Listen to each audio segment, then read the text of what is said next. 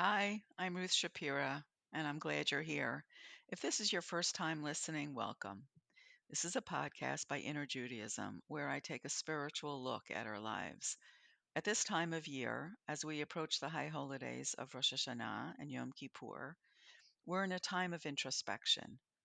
In this episode, we'll take a deeper look into the idea of soul repair. Won't you join me? First, turn off or tune out other distractions and turn on that portion of your brain that will be open to new ideas and new ways of thinking. Next, find a comfortable place to sit where you won't be interrupted. Make sure that your back is supported. You may want to place your arms in a comfortable position and just draw yourself into the present moment. Just notice your inhale and your exhale. So let's begin. Years ago, I thought the time that was supposed to be devoted to thinking about the wrongs that I committed really happened in synagogue during Rosh Hashanah services and in the days leading up to Yom Kippur. I didn't experience the wisdom of the Jewish calendar, which has a natural rhythm all its own. There is an entire month, the month of Elul, in which we devote to the purpose of introspection and self awareness. This makes so much sense because it was really difficult to go to services just for the few times of year and to be faced with everything I did wrong for the whole year, praying on behalf of the entire community for all the wrongs that everybody did. It was just too intense. But now I understand that this process doesn't just happen when you arrive at Rosh Hashanah. It happens in the period before. So let's dive into this a little bit. We seem to know that anything that we're involved in should be evaluated at certain points in time.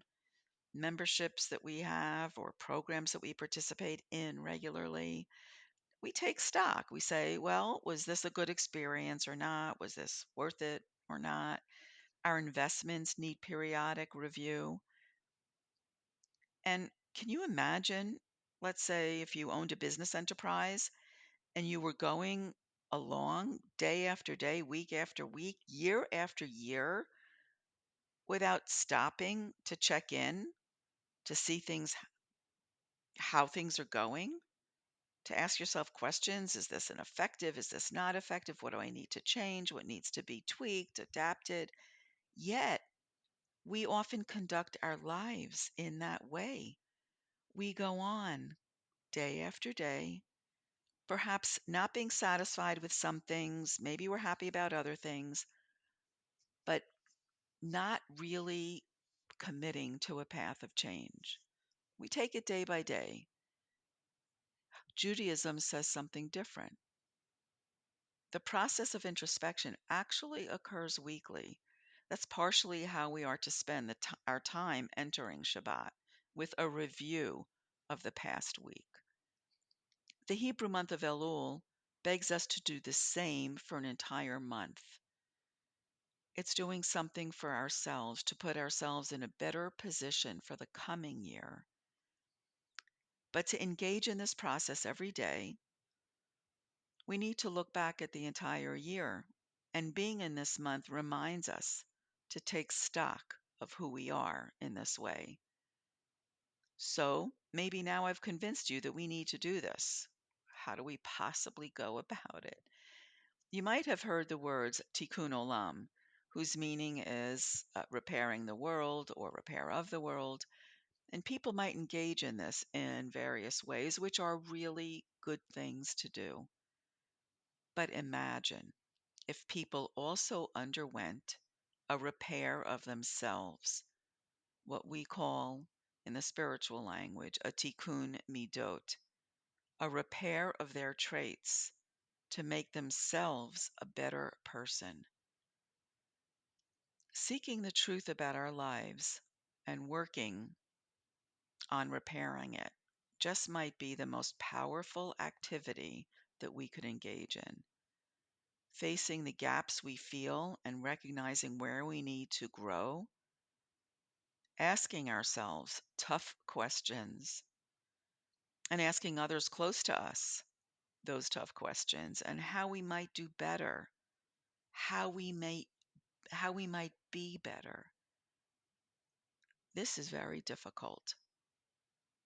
But tell me anything in your life that was and is meaningful, that didn't take effort, that you didn't feel was a challenge, that sometimes even in the midst of it, you felt like turning back and running away.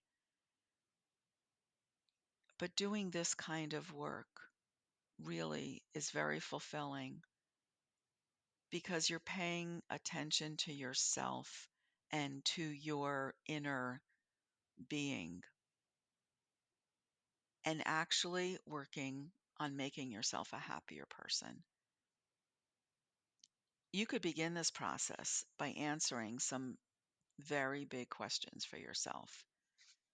I'll give you some to get you started, but if this feels in any way too overwhelming for you, and it might if you haven't ever engaged in this process, just take one part of one question at a time, and that's all. Just think about one question, but don't give up or think it's too big of a project because you are worth it. Spending time on yourself is one of the best investments you could make. You are uniquely you, and you're here for a purpose. You have an inner spark in you that is holy, that is worthy of your attention. So, here are some things that are worth thinking about. And remember, just take one thing at a time. You can write these down or you can rewind however you want to do this. So the first thing you may ask is, in what ways am I satisfied with how my life has been going in the past year? What has brought me joy? What has elevated my spirit? What have I really felt a connection with? And what in the past year might have caused me some frustration? In what ways can I feel more whole, a greater sense of unity in my life? What ways can I get into my spiritual truth and my inner self? Is there anything about myself that created a tenseness in my life? What were the situations that I found were really difficult or uncomfortable with either coworkers, family, friends?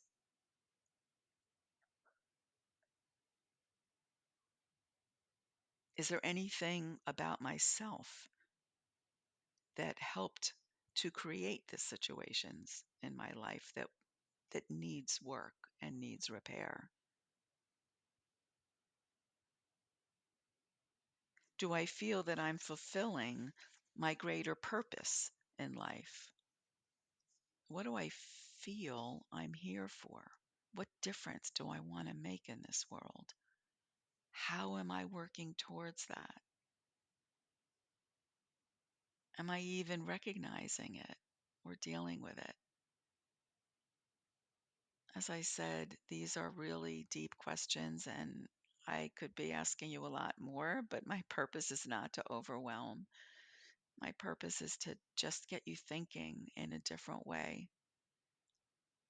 People who engage in this kind of thinking and the practices of Musar, it's a spiritual approach to their own character development, and they're involved in these kinds of questions regularly. It's a wonderful way to keep tabs on who you are and who you're becoming. If this is something that interests you, you could ask me in an email. That email is innerjudaism@gmail.com. So thank you for listening, for being on this journey, and I hope that you will become a better person just by virtue of paying attention to these really important questions and incorporating some learnings into your own life. And through this awareness, may you bring more holiness into the world.